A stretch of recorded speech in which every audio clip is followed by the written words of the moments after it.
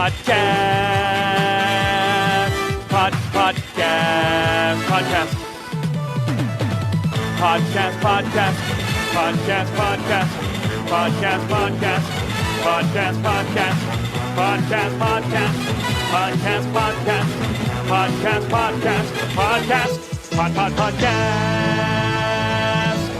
welcome to the Racer X Exhaust Podcast. I am Jason Wygant, and I told you that Yoshimura's RS12 exhaust system was coming for other brands. It debuted with the Suzuki RMZ 250 and 450 developed in conjunction with the JGR Yoshimura Suzuki factory racing team. And now we are seeing the trickle-down effect because the RS12 is now available for the Yamaha YZ250F, and I can tell you there will be many, many other iterations of this exhaust system coming. So you owe it to yourself to go to yoshimura-rd.com, check out the RS12 exhaust, and see how it looks with the YZ250F. This is a different-looking exhaust system, and Yoshimura is promising a more compact design, better sound, more power, and it just looks cool. So the RS12, Yoshimura, 7 decades of 4-stroke research and development. All new exhaust system from them. You know it's going to be good stuff. Racer X Online, keep the lights on, support our website, support our magazine. Go to racerxonline.com/subscribe. As I've been saying, it's only $30 to subscribe to the magazine for the year. Not $30 a month, $30 a year, and we send you both the print and digital edition of the mag. So whether you're in a place where you can't get to your phone and you prefer the hard printed copy of the magazine, or if you are where you can read on your phone, the digital edition, it reads easy up and down like Instagram does, and you get all that exclusive content that you can only read in the magazine. We can read it on your phone.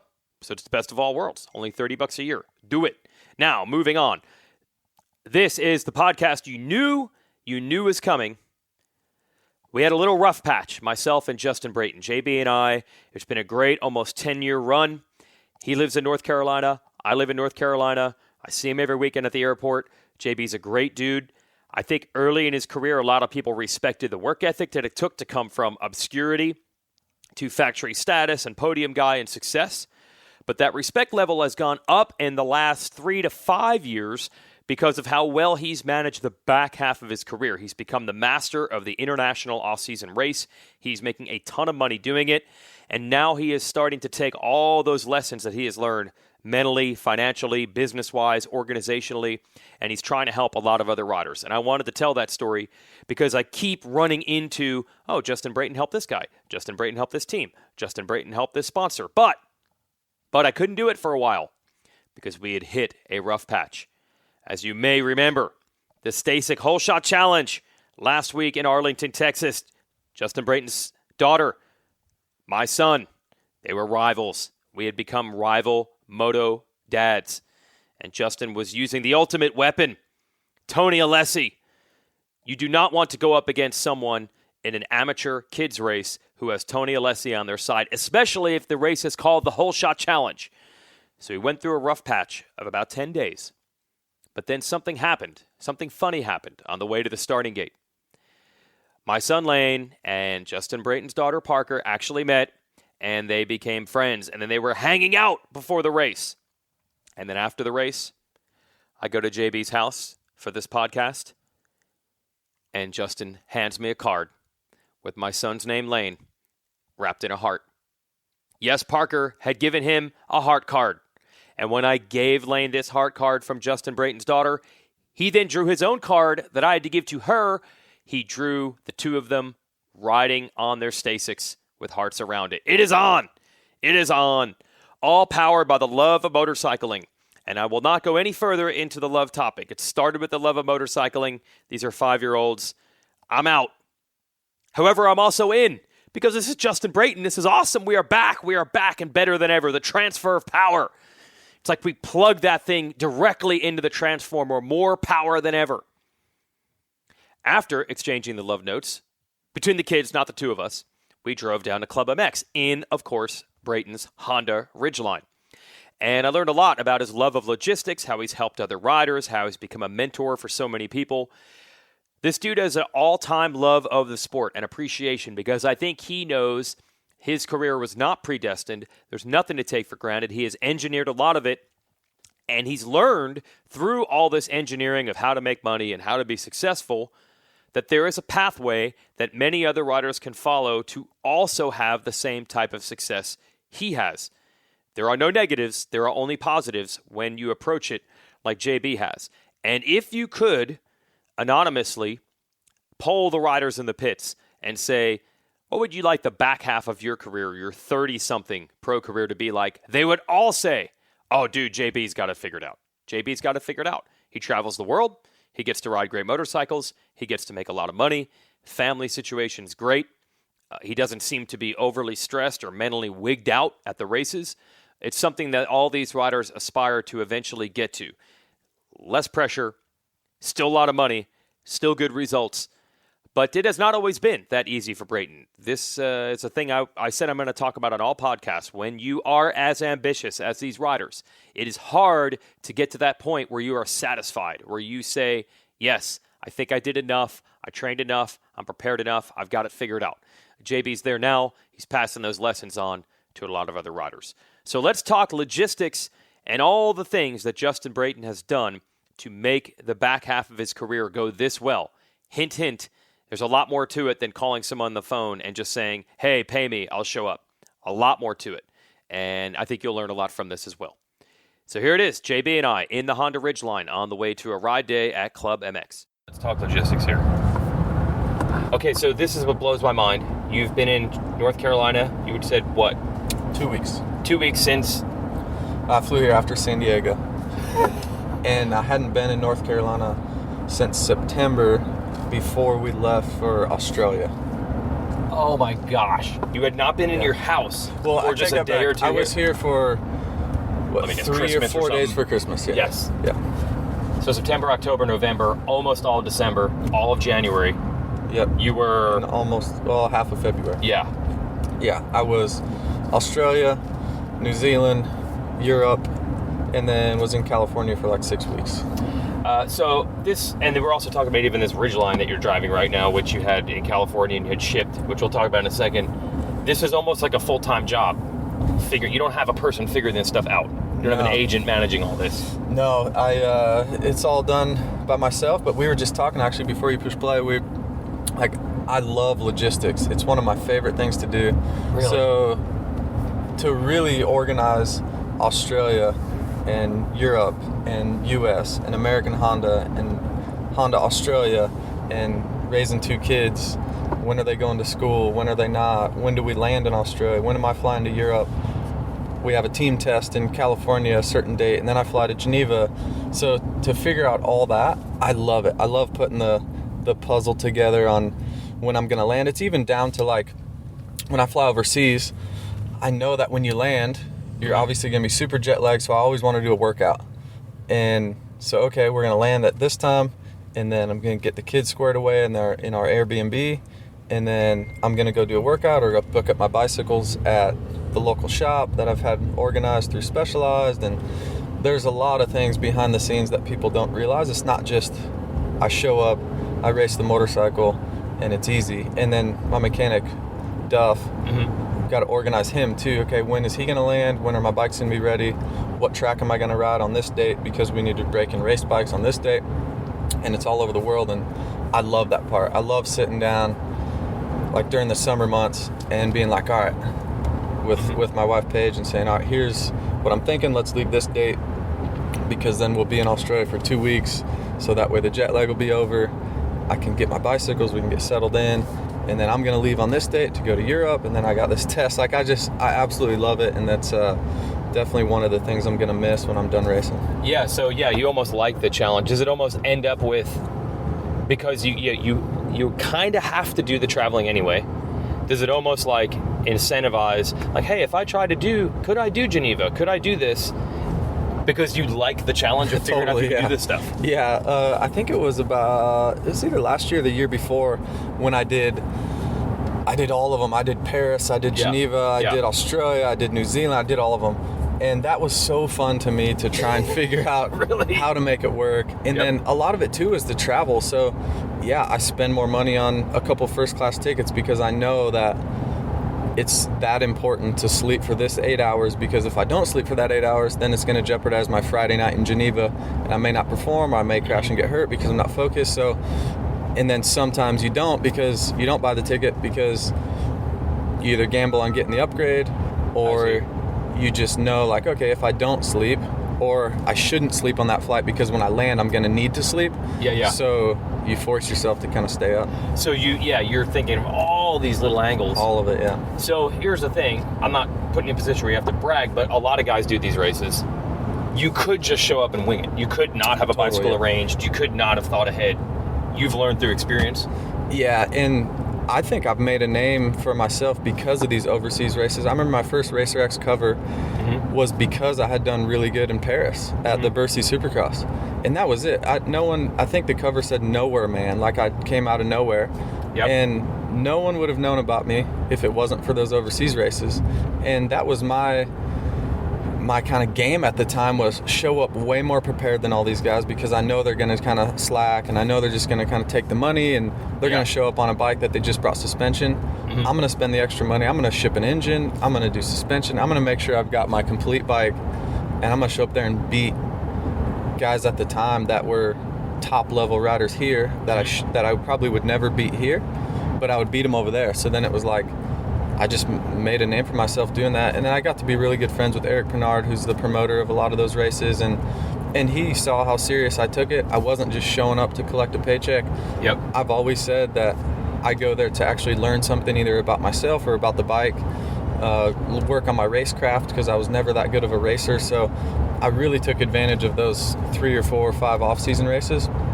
And it brought me confidence, and then also kind of brought my name to another level here in the States. Okay, yeah, so it doesn't just, because I think people are like, well, maybe he had arena cross experience, maybe that helps. You raced a variety of races growing up, maybe he can adapt better, but a lot of it is there's behind the scenes preparation details that go into this. I don't think I even realized this. Yeah, there's a lot of details behind the scenes, and I spend a lot of my own money. I mean, I just paid a bill the other day for $5,000 for shipping my bike, and that comes out of my pay to those races. I could save that $5,000 and just ride a stock bike over there, or just ship suspension, but I want to ship a full motorcycle, and do it right. I think that's the only way to do it. And then also, back in the day when I was doing motocross, I wasn't that stoked on motocross towards the end of the year. The thing that I was stoked about was getting back on a supercross track. So October, November rolls around. I've already been riding supercross, loving it, enjoying it, where a lot of guys would be taking a break, like, all right, man, now I got to start this grind all over again. Where I showed up, like I said, October, November, like so stoked to be back on supercross, and I think that helped my results some too. Okay, so I think the misconception would be that there's people that manage this stuff. It pretty much does go through the rider to handle a lot of this. It's not like Honda says, okay, you're racing Australia Championship, this is how it's going to work. A lot of it comes down to you, or you'd have to have someone else do this. Yeah, I definitely have to have someone else do it. And I think it depends who you are. Like, I think a lot of teams I've been on, I've earned that trust, and maybe it wasn't like that in the beginning, but then they're like, yeah, I guess we'll just let Justin handle it. And it's not like I'm a 19-year-old kid that is just winging it and doesn't really know what airports to fly into and doesn't really know how everything works. And that's what's fun for me now, is to teach guys like McAdoo or some younger guys of how important the logistics are, and how important, even on race weekends here in the U.S. Okay. Like, I'm not a huge fan of the super early morning Sunday flight, because you just got done with the hardest, or maybe not the hardest workout you've done all week, but for sure you've stayed up later than you've stayed up in a while. Sure. You just, rode your butt off in a Supercross main event. Why would you only want to get 3 hours of sleep and then get home, and then your Sunday's kind of groggy? So little stuff like that, where I like to, even though I don't sleep that great on a Saturday night after race because your adrenaline and stuff is rolling, I like to take my Sunday morning, even though I've got a family at home. I think it helps me big time. It sets me up for that next week to get a little more sleep, to be a little lazy on a Sunday morning and take a 10 a.m. flight. And the same thing, my motto overseas is just, I want to handle it all because I know my body and I know what I need. So I want to be able to take it in my hands, and I think I've earned that throughout the years of teams I've been on to like, yeah, he'll handle it. He's got it covered. So what are we literally talking about? Are we talking like emails or spreadsheets and phone calls? Like, what is the actual? Are you sitting down at a computer in July and August and all that? How does this all work? A lot of it is on airplane rides now. Like we're in the really? Middle of our season. Yeah. I've got a decision to make here soon on kind of what's the next step. Am I racing another year in the U.S.? Am I racing 2 more years? And this is February right now. And this is February, yeah. Yeah. Am I going to Australia? There's some talks of a couple different overseas races coming up that I've been in contact with some people about. Yeah. So what's the off season look like? Yep. And I always want to have it done, March, April, May, so then I can plan out my summertime of whether I go on vacations home to Iowa or the family and I go on vacations, and then then I start up August 1st, or am I starting August 15th? Because what's the off season look like, or what's October, November, December look like? Yeah. And all that's happening now. Like I like to be on the front end of budgets and things like that. So and people start asking questions this time of year. Wow. March, April, they're like, hey, what's your plan? What are you going to do? Where are you at? So, yeah, it definitely starts now. And I've got a few notebooks that I take on the plane that I'll show you one day. But there's just tons of notes of planning and different options. Like, you should see my options over the past 5 years as far as, like, this series, that series, this Supercross, that Supercross. It's pretty cool. And sometimes the answer is no. Sometimes it's... hang on here. The Walking Dead. The Yeah. What's that? We got going here. Yeah, so it you want to stop and get a smoothie? Yeah. Oh, right. That's how athletes behave. Yeah. We'll do it. All yeah, right. but I love the that side of it. And there are some times where you end up not doing it. Like you end up I can't pull this one off. Like you're weighing all these options, or do you almost always figure out a way? Really, I can't pull it off. It's just whether or not I want to do it. Because look, I'm 35 years old, and I know that there's some things that I want to do, and there's some things that I don't want to do. Yep. So, do I want to do these certain races and put myself at risk for these other races? Yeah. No. And then a lot of it is financially. Yeah, I mean that definitely comes into play. Sure. So how can I make all these work, and then how can I get the most out of myself to go win the Australian Championship, and then go win Geneva, and then go win Paris? Like we talked about earlier, I just don't want to show up and just be another guy and race kind of halfway, and that's when things happen. Right. So I want to show up, I want to win all these races, and I'm motivated in October because I've been sitting around May, June, July, August. I'm ready to go. So. A lot of people forget that as well. They're like, man, he races so much. Well, I don't really. I take the whole summer off. Yeah, the hardest part. The hardest part I take off. Yeah. So, yeah, I'm fired up and ready to go once August hits.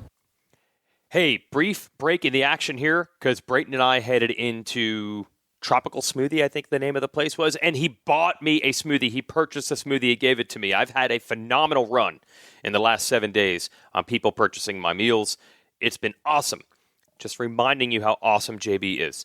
And then we got back in the truck and headed on over. By the way, Justin Brayton, do you know what exhaust system he runs on his Hondas? Yep, Yoshimura, yoshimura-rd.com. Go get a sit for yourself. Here we go. Okay, we did it right. We got smoothies on the way to the track. So, yeah, so how gnarly is your day? I know way back, 8 years ago, 10 years ago, Justin Brayton, every single part of training, eating, resting, everything was tuned to the max. We did just get smoothies. You did just talk about logistics to get the proper sleep. But is it like that, or do you live a little more normal now? Do you turn it off, or are you always in racing training mode, even still?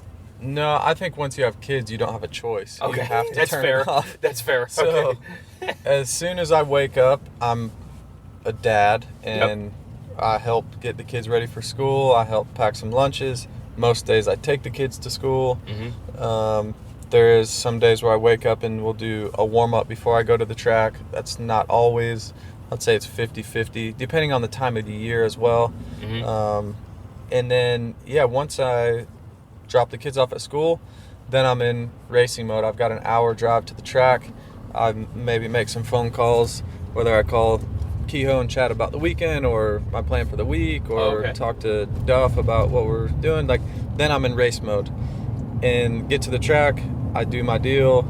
I have a certain lap count I'm going to do. I leave and have an hour drive back home, or sometimes I'll go straight to the gym, or sometimes I'll take my bicycle with me and go ride bicycles or mountain bikes or whatever it is. Because most of the time when I get home, then it's dad mode again, or husband mode, to where you don't have a choice to think about training again. So I'll try and, once I leave, I'll try and get it all in before I get back home. A lot of times that's not the case, so I'll get home after riding, and then kind of just hang out with the kids. We may go ride bikes, we may go do something. Yeah. And then a lot of times while Paige is cooking dinner, I'll do my afternoon or night workout. I've got a little gym at the house that is good enough to do pretty much anything you need. So I'll either do it there, or I'll go to the gym for an hour and a half and do it there. But most of the time it's 5 o'clock or so. Yeah. I've been home for a couple hours, and then I just think when you're in moto mode, I'm in it deeper because I feel like I haven't been so focused on it. So when I'm in, I'm all in. When I'm out, I'm all out. Where before, it was like I was just in the whole time, but it was hard to be all in because you were thinking about it 24/7.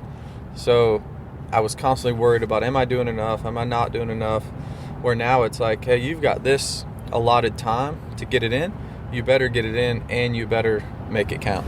No, I know exactly what you mean, because I was working from home for the longest time, and I don't actually like it. Most people think that that's the greatest thing ever, and it does have its advantages, obviously. But you find that when you don't have defined boundaries, like, I could get this done in 3 hours or 1 hour, or maybe I could do it tonight. I think you and I'd say, it's safe to say we're fairly ambitious. Like, we're not procrastinating. Yeah. But no matter how motivated you are, you do get that little window to, I said I was going to do it this way, but I got time, I can do it this way. You don't really have that choice now. You have to do it when you have to do it. And I think it always helps to force that structure, even if you're a guy like you that does like structure anyway. Yeah. It helps, though. Yeah, I actually think it helps the structure for sure, just like you're saying. And then, like, a lot of people ask, hey, how far do you live from the track? Well, I live an hour, so I drive basically 2 hours a day.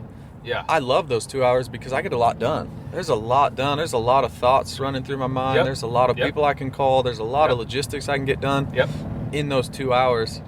So, yeah, I try and make the most of my day, and then also try and make the most of while I'm home to be a dad.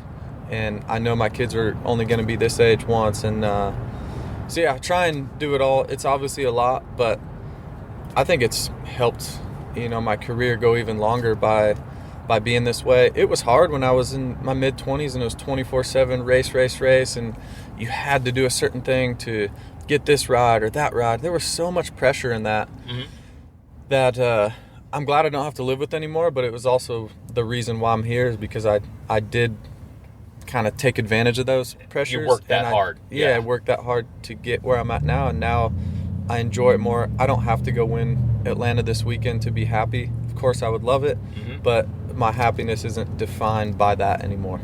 Yeah, so this is perfect. I'm going to start asking every rider this in every podcast that I do. There's this thing I call it's the peril of being so ambitious. Like, being ambitious is great. Being lazy is terrible. We all know that you're going to be more successful if you're ambitious. But the sad part is you got to a level that everybody wants to be. You got to be a factory rider. But the amount of factory riders you will talk to who can't totally be happy because they're so ambitious, it's like, yeah, I made it to where I wanted to in life, but I didn't just win last week. I can't really be fully happy. It's so difficult, I've found, when you're this ambitious to ever fully be satisfied and happy. That drive is almost what makes you successful, so it makes it hard. That's a really difficult balance that I've seen every rider struggle with at some point. For sure, especially at the highest level, the Villapoto and Dungey and Carmichael. I've had this talk with Ricky about just happiness while he was riding, and from the outside, when he retired, I couldn't believe it. I was like, he's literally on top right now. He's literally still winning Supercross races and winning motocross races. Yes. Why in the world would he be done? I would give anything to be in that position. I don't care what the pressure I would give anything. Yeah, that's where every human thinks they would be their happiest if I could be doing what he's doing. Exactly. Yeah. But now I've got to live that, not at his level, but I've ridden for the best teams in the world, the factory teams. The expectations are through the roof, and it's on a very small scale. But the Australian Supercross Series, I'm the Carmichael over there. Like, I can't lose. I have to win. Mm-hmm. And like the first year, it was fun because I hadn't won yet, and then I win. The second year was pretty fun because I'm like, man, I want to go back to back. The third and fourth year, they haven't been that much fun, to be completely honest. I'm like, everything else that goes on over there, like staying on the beach and my family and all that, that is amazing. Sure. But the races, Yep. because when I get second, like I got second a couple times this year, or third, or whatever it was like, okay, what happened? Why didn't you win? And even these questions are being run through my mind. I'm like, I don't want to feel like this. Like, I don't deserve to feel like this. I don't want to feel like this. And that's what those guys felt every single weekend since they were basically on mini bikes. And I can't imagine that. I really can't. Dude, like 2 weeks ago, I did one of these with Caleb Russell, I'm racing. I'm going to try to win my 8th GNCC title, and I'm retiring. And the first thing everybody said was, why would he retire if he's still on top? And I knew the answer because I've heard what you just said over and over. You get to the point where you're relieved that you didn't lose it, as opposed to it's a joy. Oh my gosh, I won. This is so awesome. It's more like, I didn't blow it this year. Yeah. And now I've gotten to an age where I understand that and I can enjoy the process in Australia. And I was torn. I wanted to enjoy it because I knew, look, I just got third or whatever in an Australian race. Yeah, I probably should have and could have won, but is what it is at that point. So now, being teammates with a guy like Roxon, he's in it for the title. Yeah. That's what the team wants. That's what he expects. But I think my role is to really kind of help him and really think about the past of, for one, he should even be thankful that he's on a motorcycle. Yeah. And then I've even said, because some media has asked me, what's it like to be teammates or whatever. And sometimes I feel like the media makes it unfair for riders like Tomac, riders like Roxon, that they just think they're like a superhuman. Or even Carmichael back in the day, if he didn't win a motocross race, it was like the world was going to end. Oh, yeah, absolutely. Yeah, the first question is, what happened? Yeah. You can't get beat. Like, the answer couldn't have been that you got beat. What went wrong? Yeah, Yes. And it's like, well, maybe he's a human being, and maybe he didn't sleep that great last night, or maybe he got sick this week, or maybe just what human being things happen. We have bad days. And I think high-level athletes, they don't get a free ticket, a free pass to have a bad day. And that's just the way it is. I mean, I hear a lot of criticism towards Eli of the days he has bad. Like, maybe he's just a human being and he just has a bad day. Like, let's just accept that and be like, he's not a superhuman. He's not going to win every weekend. And so that's what I've tried to help Ken with, is like, or even the media with Ken. Like, you guys have to realize he's not a superhuman. He's barely got both of his arms, and he's winning Supercross. Is like, that's awesome. That is awesome. Yeah, look, no one's done it more than us. Me and Mathis and JT have had 900,000 what's up with Eli Tomac theories when he has 5 great races and 1 bad one. This sport is the worst for it, though, because first, it's an individual sport, right? So if LeBron James' team loses, you could technically point at some other people. And in most motorsports, the equipment is such a huge factor. I mean, you're around NASCAR guys all the time. They can say I had a top 5 car, I got 5th. What else am I going to do? But in this sport, I feel like it's fairly unique for being pretty much always heaped on the rider. Now, we know bikes are important, but in the end, the fans, and yes, the media, and even the athletes themselves put pressure on themselves to perform. And you don't really get to hide around, I only had a top 5 bike today. Even though sometimes that might actually be the case. In the end, Ken Roxon's a superstar, and people expect him to be awesome every time he rides. And it's a weird situation compared to most either team sports or motorsports, I feel. Yeah, I agree. And then, I do think sometimes the bike is the issue. We race on different dirt every weekend. Sure. I think certain bikes work better on certain types of dirt. I'm typically not as good on hardpack as I am in the ruts. I've had good races on both, but maybe one week, like this past weekend, I had a bad weekend. maybe I wasn't jiving with the track. Maybe I don't know. I'm a human being, so right. You just sometimes we discount that. Well, unfortunately, we also saw, thanks to Carmichael and like McGrath, Stu to a degree, mostly Carmichael, it started to look like you cannot have bad days. Yeah. They were making perfection look possible, which makes it even harder. Totally, yeah. And I used to say that as a kid. I feel like, well, when I first turned pro and stuff, I couldn't believe that Ricky could show up every weekend and be that dominant every single weekend, because there were certain weekends when I just felt great and my fitness felt awesome, and 2 weeks later I felt like I couldn't even hardly finish the 30-minute moto. And yeah, maybe my training wasn't completely dialed in and all that, but I couldn't believe it, and get a good start every time and not make that many mistakes. It was just, that's something that we take for granted, and we shouldn't, especially guys that have ridden motorcycles before. A lot of fans have. And how many times do you go out, even as a intermediate rider or something, and not make any mistakes and have the perfect day on the motorcycle? Like, it just doesn't happen very often. And just because we ride more doesn't mean that we are immune to bad days. Okay, so on that topic, when you look at fitness, for example, I think the perception is like you have a gas tank of fitness and you can run it out. So it takes, like a car, your truck thing at the same exact mileage pretty much every time you drive the same road. But in racing, if you case a jump here, if you fall, if you're nervous that day, I would imagine that has an actual bigger difference on being tired than the gas tank of fitness you've built up. 3 mistakes in a race probably, or arm pump, probably has a massive difference in how you feel at the end. Yeah, it's huge. At the end of the day, we only go 20 minutes. Yeah. It's not rocket science to have your body perform at the highest level for 20 minutes plus a lap. So say 22 minutes. Yeah. That's not very difficult. What is difficult is managing all the other things, managing yourself not to get sick, managing your thoughts throughout the day to not get negative, managing the track, managing arm pump, trying to make your bike work the best it can. And so those are the hard things. I really don't think fitness, just overall general fitness, is actually the easiest part. Yeah. The hardest part is to try and figure out the other things. I mean, I could be the most fit guy in the world and get arm pump on lap 3. Yeah. I'm not going to look like the most fit guy in the world on the track. Or if you're fighting the track, if you're fighting ruts, or like I said, if you just case 3 jumps, I would imagine that has a bigger impact on your endurance than how many miles you did on the bicycle that week.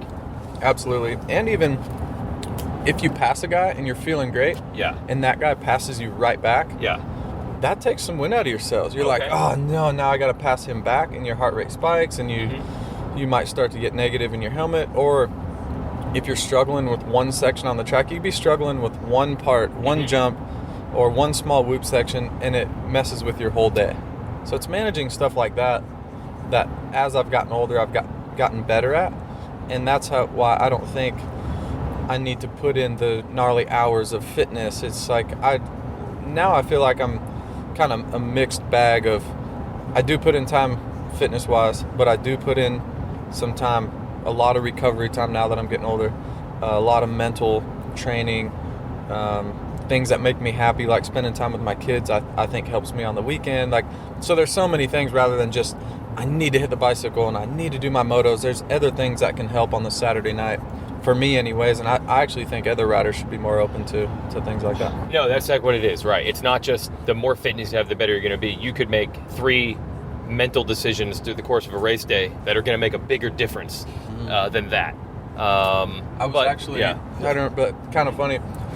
I was somewhere the other day, and there was these privateer guys talking next to me. I forget where I was, but there's a couple privateers, and they were talking about having competitions that week on the rowing machine and the ski erg, of what times they were doing and stuff. And in my mind, I'm just like, man, those guys could have been doing so many other things to benefit their Saturday night rather than continue to work on their fitness. Because maybe they're not even in the 20 lap final anyways, or 20-minute final. Right. There's so many other things. Like, that just came to my mind of, work smarter, not harder. Sometimes you don't need to be able to do a crazy fast row time, and that's going to transition over to your dirt bike. You know what the problem is, though, and you had to work your way up. how much of you go to the track and you have to feel like you're prepared, how much of you have to do this extra stuff just to trick yourself. It gives you confidence. It makes you feel like this is my weekend because I did that. I'm sure that's a big part. And it changes every week, right? Yeah. There's something in your mind that you might say, I need to do this because it's going to get me X on Saturday night. So, yeah, I agree. There's no magic formula. I think the biggest thing is consistency in whatever you believe in, and just doing those things consistent over time is always going to help. But for you, a guy who was like a underdog, you didn't win all these races growing up, did you need that unbelievably hard training as like a mental thing to be like, okay, I didn't beat these guys 5 years ago, but because I know I trained so hard now, today I can? Did you need that? Oh yeah, I definitely needed that. I would say for probably 5 to 8 years of my career, I needed that because I didn't know for sure what everyone was doing. Not that I know for sure now, but I feel like I have a pretty good idea. Yeah. I thought that that's what people were doing, was just totally grinding. Like I would hear stuff at the time. I remember hearing James did 100 laps a day, Supercross track, or 150 laps a day. I forget the exact number. Okay. So guess what I was doing on Monday morning? 100 laps on the Supercross track. Right. Because I had no idea. Like I was just like, okay, that's what I'm going to do. And I would do anything at that time to make it happen or do what the best guys were doing. And then you just learn over time, like, yeah, that was stupid. I worked too hard and I didn't feel good mentally. I didn't feel good physically. Yeah. But I learned, and then try something else. And then you hear things or read things or study and get a trainer, and they've got different beliefs, so you try that. And over the years, I've just tried so many different things. I'd say the last 4 or 5 years, I pretty much know what I can get away with and what works best for me, to have a balance of being happy, being a dad, but then also working hard to get good results on Saturday. But you no longer have this situation where you'll go to the race feeling like, oh man, I know it's going to be a bad weekend because I didn't do enough this week. You're past that point. No, I actually flip. Sometimes I'll think, man, I didn't do a lot this week, so man, tonight's going to be a good night. This is going to be good. I got some sleep this week. I'm ready to go. You mentioned how much you like the logistics, and what's interesting is there is time. Like, I know that, especially when you're at Kenny's level, for example, you're being pulled in a lot of directions just as a marketing guy and all this stuff.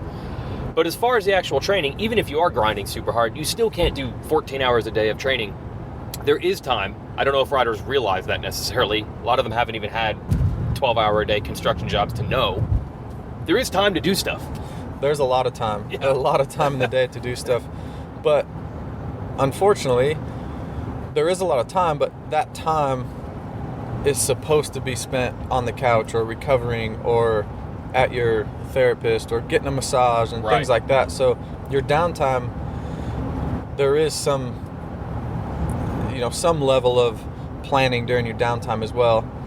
For me, I have a little bit different because I may have a lot less downtime, I guess, than even, when I was training. I thought I was super busy before, and then you have kids or you think you're busy, and then you think about your parents who are working 8 to 5 every day and how little time they have to do stuff. Yeah.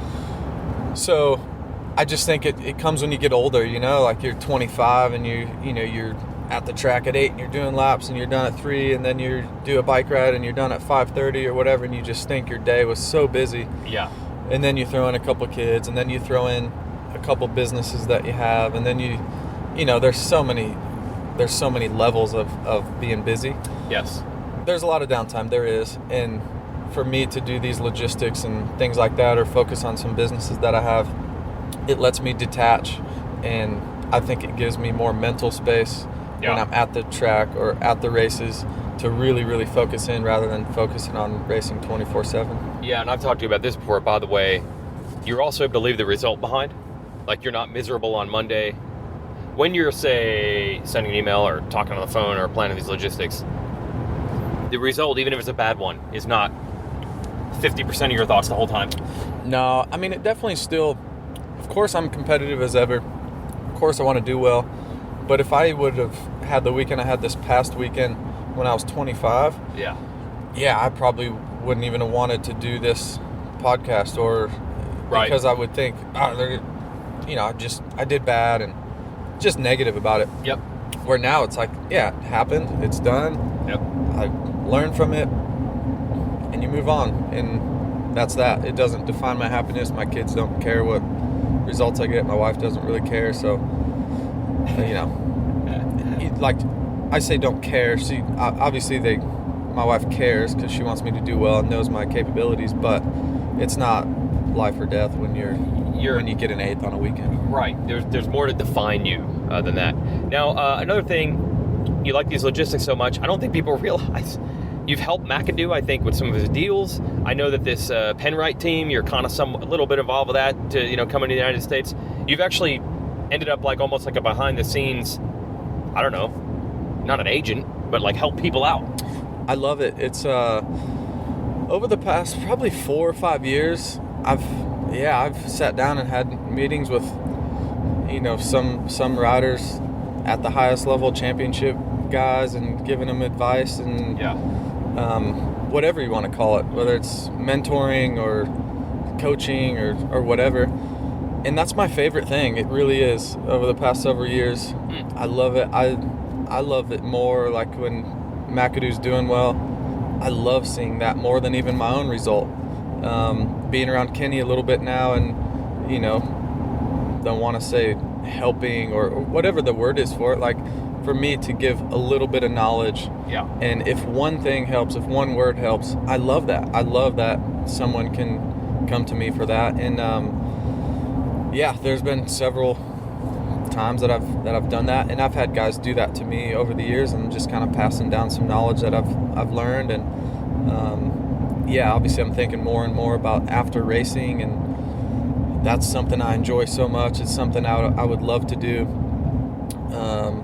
But yeah, we'll see. But it is definitely something that I love, and it's a passion of mine to help others. Yeah. So McAdoo was working on deals, and you were actually involved a little bit?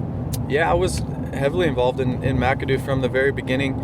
Actually got his first gear deal with Fly Racing. He was paying for gear or something at the time. He was down at Club MX, and he was getting ready to go to Mammoth, and he didn't have, he was struggling getting gear. So I was like, man, I'm going to call Fly and get this kid a deal, because he's that good to where I would feel good about calling Max or JT or whoever at Fly and saying, hey, let's get this kid some gear, because he's that good. And I wouldn't feel bad about it, because I knew that he would go perform, or they would get something out of it. It's a two-way street, right? Sure. And he went and he got top 2 or 3 at Mammoth. We got him a little bonus program. So yeah, he made like $3 or $4 grand that weekend from Fly, and got some free gear that he would not have made. Mm-hmm. And then when he was coming into the pro ranks, we were teammates at MCR. I helped with that deal a little bit, and then going to Europe, definitely helped with that. And just obviously I'm older, so I have a lot of relationships in the pits and around the world.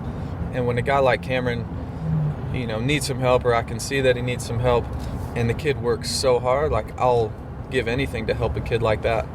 If he was lazy and I didn't think he had what it took, I probably don't make a single phone call for him. But he reminds me a lot of myself. And I've said for a long time, like, once he figures it out, and he is starting to now, it's game on. And even like the Nick Way thing. Mm-hmm. So me and Cameron got together. We talked about what would be the best for him. I thought Nick would be awesome for him. Got him in contact. You handle it from here. It's not my finances. I don't know what Nick charges, but I think Nick would be a great fit for you. Getting him the TLD ride. In the summer, I'm friends with Tyler Keefe. So just relationships. It's just phone calls. It's just time. It's, like I said earlier, the 2-hour drive I have during the day. Let's call Tyler Keefe up and see what he's got going. I'm going to recommend McAdoo, because I think that it's a two-way street, and Tyler would like him. And then at the last minute, Cameron's getting that offer from Mitch. Yep. You know, Tyler's obviously giving him an offer. At that point, I'm just like, you have to leave it up to Cameron, right? Like, what do you want to do? He asked me my opinion. I gave him my opinion. I love that side of it. And you're done not that getting for any money several out of any of riders. this, right? I don't want anything for it. I just love seeing him now at the races, happy and with a ride that he deserves. Okay, and then this Penrite team coming over, that's the team you raced for in Australia. Yep. Then they had an American arm this year that's done really well, actually. Mm-hmm. You were a little bit involved with that? Yeah, I've been heavily involved in that as well. It's just getting people together, right? It's just introducing people to the right folks and sitting down with Yariv, the owner of the Penrite Honda team in Australia. Hey, what do you want to do? Do you want to come to America? Do you not?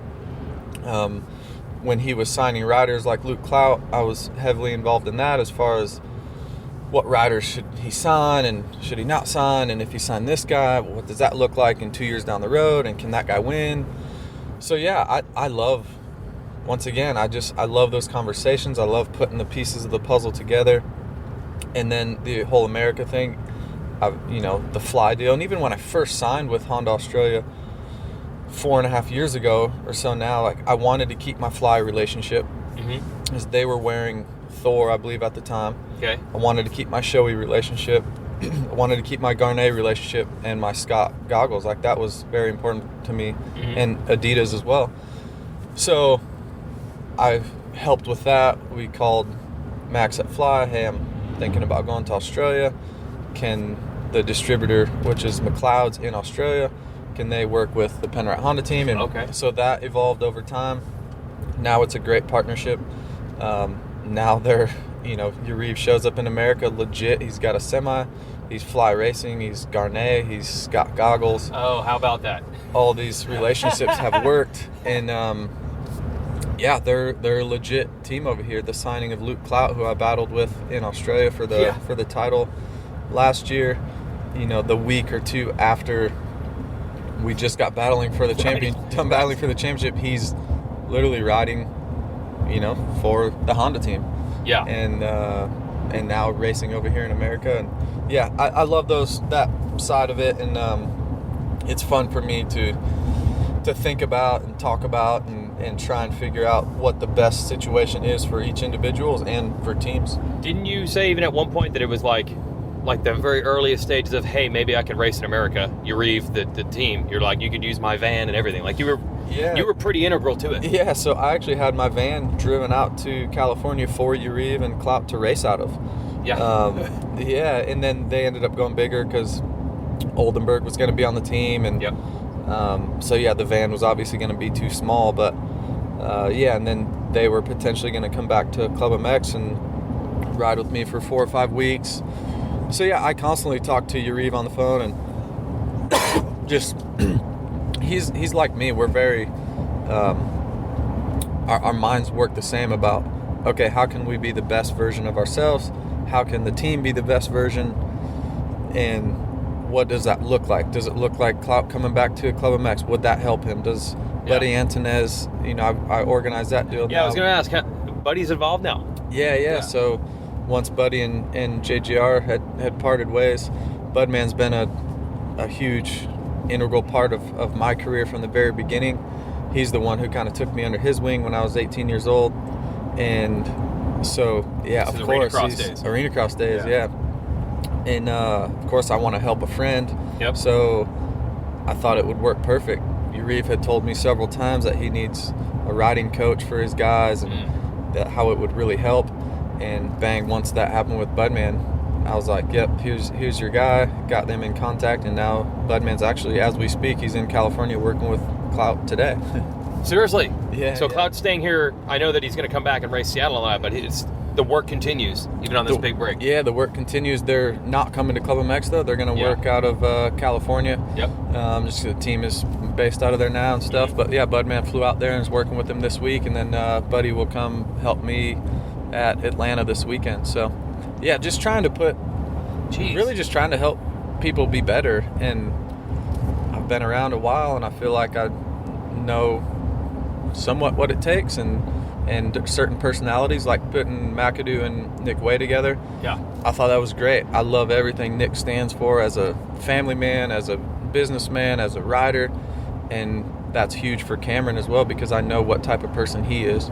And the other guys that we were talking about potentially linking him up with, I just thought Nick was the perfect fit, and it's been working. I think they work great together. Yeah, so again, you're not, all these deals we're talking about, helping out Penrite or Budman or McAdoo with Way, you're not getting a percentage of any of this. No. You actually would rather do this. You could do nothing and have an extra hour of free time, but you actually like this so much, you'll do it.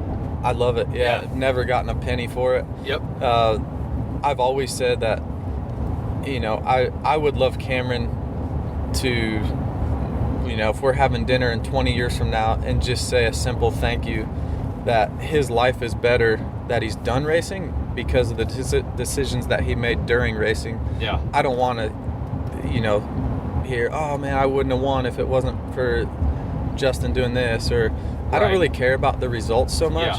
Yeah. I want people to be happy, and then also want people after racing to have choices and be happy, because that doesn't happen a lot of times. A lot of times people are forced to do certain things. Right. And if you can have the best career, get the most out of yourself, and you're happy with that, Yeah.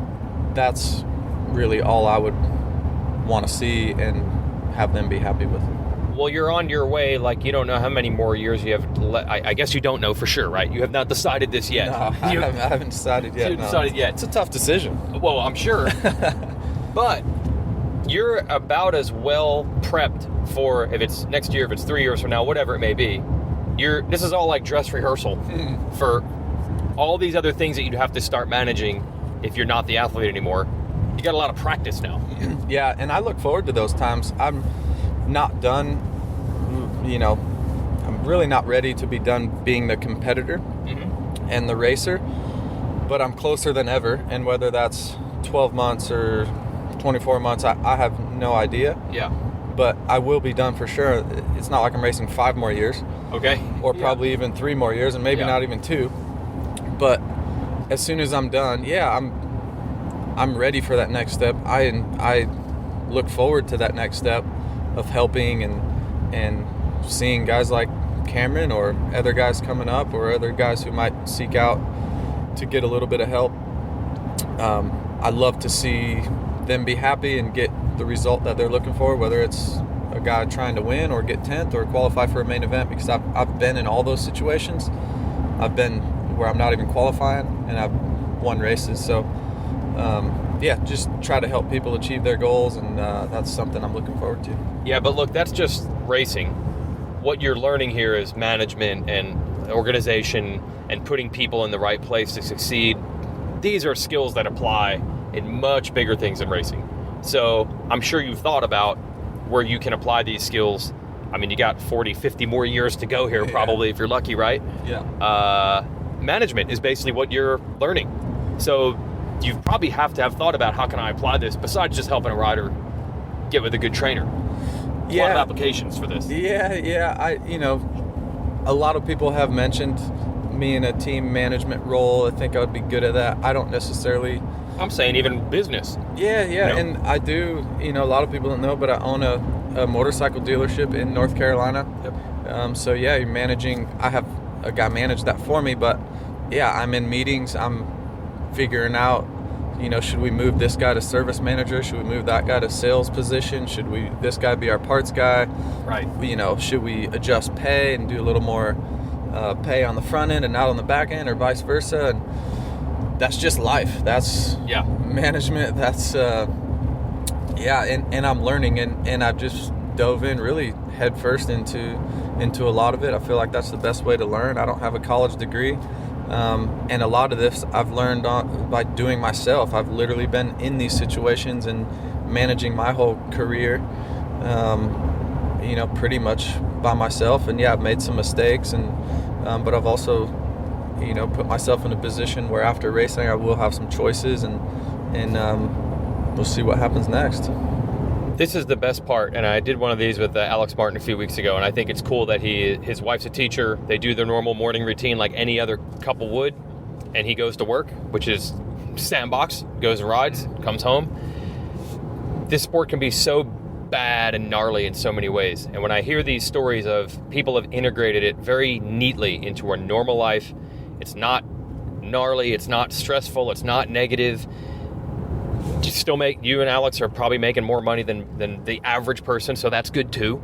Like, it's cool to hear that there's this nice, it's not I'm making $20 million a year pot of gold in a rainbow, but you have a really nice, not too stressful, normal life. It just happens to involve motorcycles. I think that's one of the best success stories of all, to hear that is available for people. The sport can be bad, but there's proper pathways for it to be quite manageable. Yeah, and to be quite honest, I don't see very much bad in it. Like, especially from my view. Yeah. I think a lot of the bad is created amongst riders and families. Like, that can be avoided. Yeah. Which is one of the things I'd love to help with as well. Like, parents should be involved in their kids' career. I've actually had this conversation with a couple riders throughout the years. And yeah, like, I just think they should be involved, and we could go on and on about that. But I think a lot of the bad is self-inflicted. Right. This is awesome. If I could choose anything, if I could choose my best day, the best day of my life, what would I do? If I had one last day, I'd be riding my motorcycle. Like, that's what I love to do.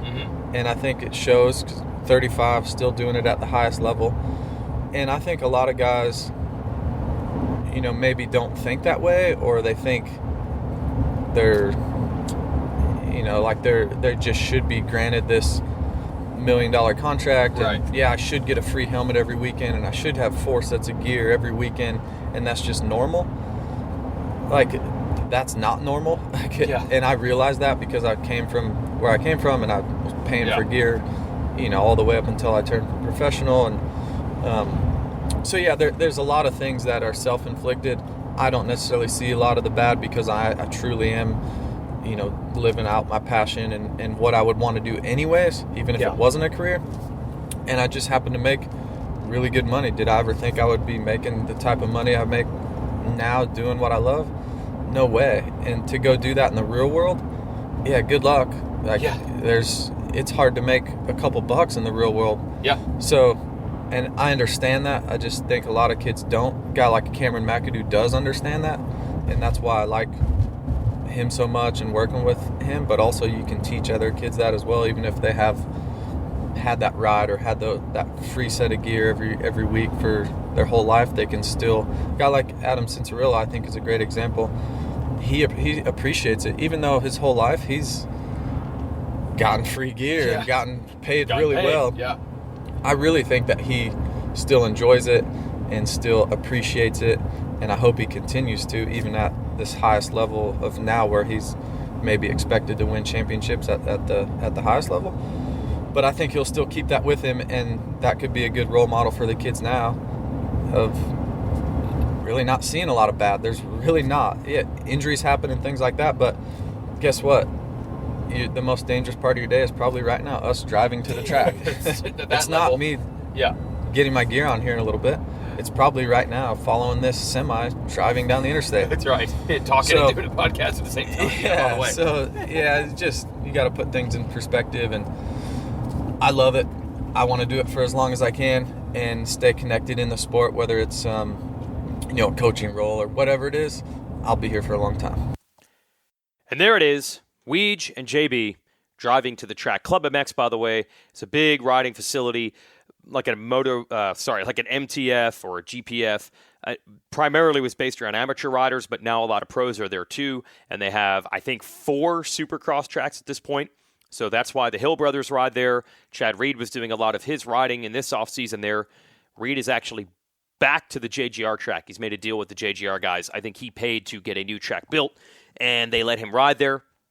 But Reed was there at Club MX for a bit, and Brayton told me that Ken Roxon's going to come and ride at Club MX for a week or so, I think after Indy, just to mix it up. So Club MX, really, really, really first-rate facility for both amateurs and now pros, and that's where we headed, and that was really cool. This was last Wednesday. Brayton, by the way, of course, did win Daytona historically in 2018. So you never know, although the last 2 races have been a little rough for him with crashes. So I don't know if it's trending in that direction, but it sure didn't seem likely that he would do well at Daytona any year, and then he did win it once. So you never know.